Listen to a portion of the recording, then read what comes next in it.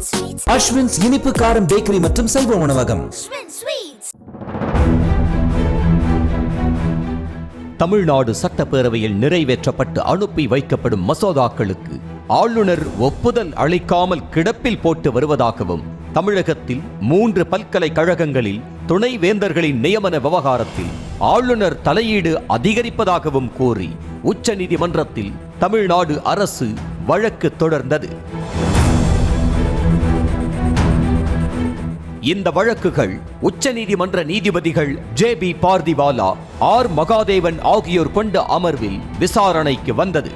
அப்போது தமிழ்நாடு அரசு தரப்பில் மூத்த வழக்கறிஞர்கள் முகுல் ரோத்தகி, அபிஷேக் சிங்வி ஆகியோர் ஆஜராகி வாதிடுகையில், அரசியல் சாசன பிரிவு 200 படி மாநில அமைச்சரவை ஆலோசனைப்படி ஆளுநர் முடிவெடுக்க வேண்டும், அதற்கு மாறாக ஆளுநர் வேறு முடிவை எடுக்க இயலாது என்றும், சில மசோதாக்களை குடியரசுத் தலைவருக்கு அனுப்புவது கூட மாநில அமைச்சரவை ஒப்புதல் இல்லாமல் அனுப்ப இயலாது என்றும் தெரிவித்தனர்.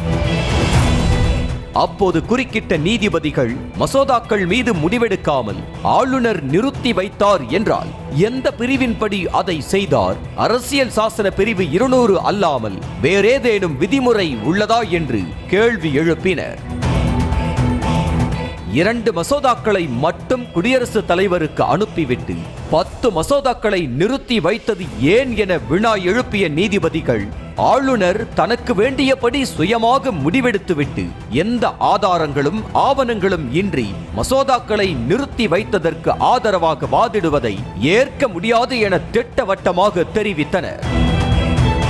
10 மசோதாக்கள் மீது எந்த முடிவும் எடுக்காமல் நிறுத்தி வைத்ததற்கான காரணத்தை ஆளுநர் இன்று தெரிவிக்க வேண்டும் என கூறி வழக்கு விசாரணையை நீதிபதிகள் ஒத்தி வைத்தனர்.